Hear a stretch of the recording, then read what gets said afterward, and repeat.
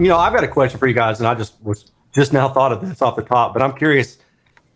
Have y'all run into any cases where you've done a review and a manufacturer is just like tried to eviscerate you because of it? Mm-hmm. I want to hear details. Yes. You don't have to name the manufacturer, but I'm just curious because so far, I don't recall having run into that. I've had people come back and say, "Hey, we do measurements and we got this thing, so do you mind helping us try to understand like why we're different, either if it's our fault or if it's me, like my fault." And but so far I haven't had anybody like come out swinging on me and threaten legal action. But I'm curious what you guys have experienced, because I've heard stories. I haven't had anybody threaten legal action. I know Brent has had quite a bit of that, but I mean, it this is there was a speaker review that made me think I'm probably just going to not do speaker reviews anymore, because I did a review. It had all sorts of diffraction problems. Like the vertical dispersion was just embarrassingly bad. I have a Steelcase Amia seat in which I do a lot of my listing. I let the thing all the way down. I still could not get myself low enough. Like I literally had to go get a beanbag chair to sit and listen to this tower speaker, or it would rip my face off of my skull. Right. And there was like a weird thing where it had a strange recessed baffle and like a speaker grill, like a really thick grill that fit into it. It was like the radiation patterns from this thing must have been lenticular. And, I did my evaluation of it. Some month later, it went to the NRC to be measured. And yeah, the manufacturer really hammered me to the wall, like just really questioning every observation that I made, every objective observation that I made, and I talked about a lot of the stuff that the speaker did well. There was a lot that I liked about it, but just the things that I said bad about it, they didn't want anybody to say anything bad about their speaker. And that ended up being like a 15-page email thread. So luckily I had the support of a good publisher and didn't have to deal with it. But manufacturer came at me hard for that one. Brent, you've got horror stories, I'm sure. I could go on for a long time. The hard part is figuring out which ones to pick. I do remember there was a speaker manufacturer one time, well-known speaker manufacturer, that wasn't used to getting bad reviews. And actually, it was at Home Theater Magazine, and I had been kind of displaced at Home Theater Magazine because they had like a new number 2 guy coming in and running the company, and he, I think, didn't like my vibe, and so he brought in like another editor, and then I became like the measurement guy, which is good because I learned how to measure. So, and they bought me some measurement gear. So, anyway, that editor proved to not be great, and they brought me back, and so.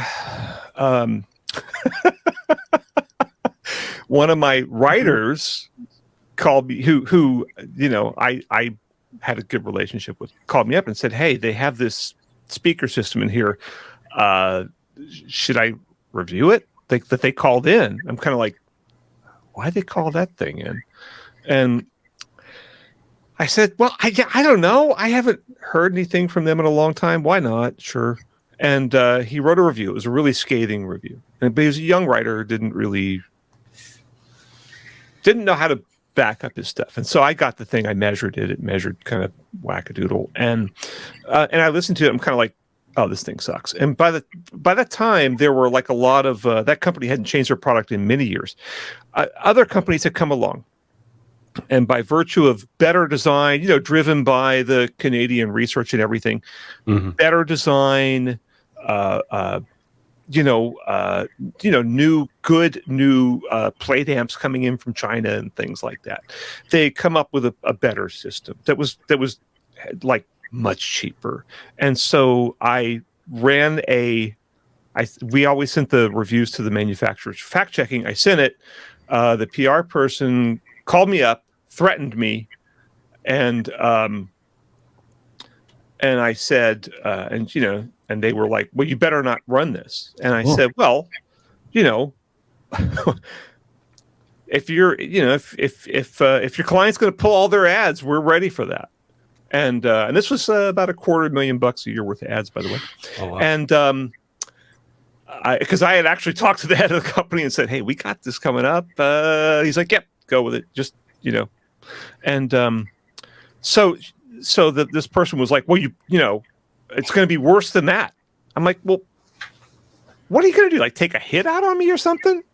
And so, I'm like, then I said, like, and we're prepared for them to sue us as well. And then she threatened me with worse than lawsuits with whatever. But anyway, so I said, well, fine, send them down, and I'm happy to demonstrate the system to them versus the competitors that we prefer.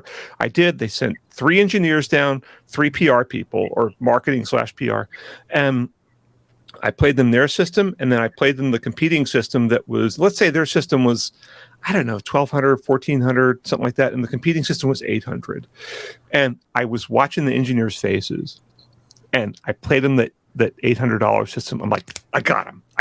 They cannot walk out of this room and tell me that system didn't sound at least as good as theirs. And they the engineers were honest. They were like, well, that's a really good system. And, and then they ended up pulling their ads anyway. But, wow. I was not ready for it either. Technically, I was not where I am now. And it's just my career of being threatened by people and having people push back on reviews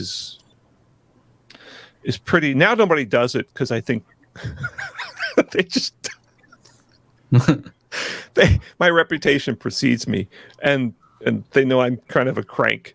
And but I've had. I mean, when I was at Video Magazine we did the first reviews of THX speaker systems, and the first reviews were pretty good because no one had even thought out a home theater system at that time, right? It was like all brand new, and so we're kind of like, wow, somebody actually tried to do this. But then we did the second generation of them, and we're kind of like, well, fine, but other people are doing stuff, and these don't sound so great for music. And they had some.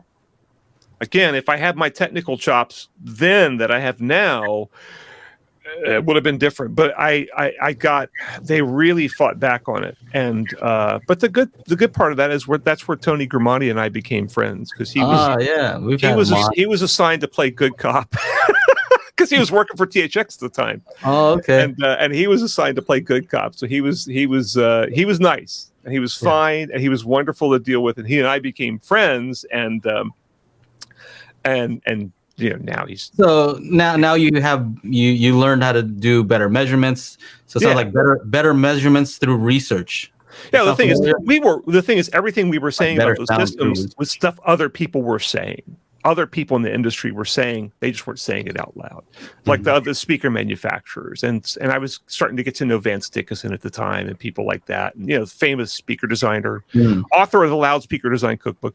And I was learning enough, and I knew enough to know, like, you know what, we're on solid ground here, even if I can't really 100% prove it. Whereas now, nobody messes with me anymore. I don't know if anybody caught that. Better measurements through research. Yep. Yeah. Well, that's the whole idea. Make sure to join us every Monday for our live stream at 4 p.m. Pacific, 7 p.m. Eastern at youtube.com/Daily HiFi.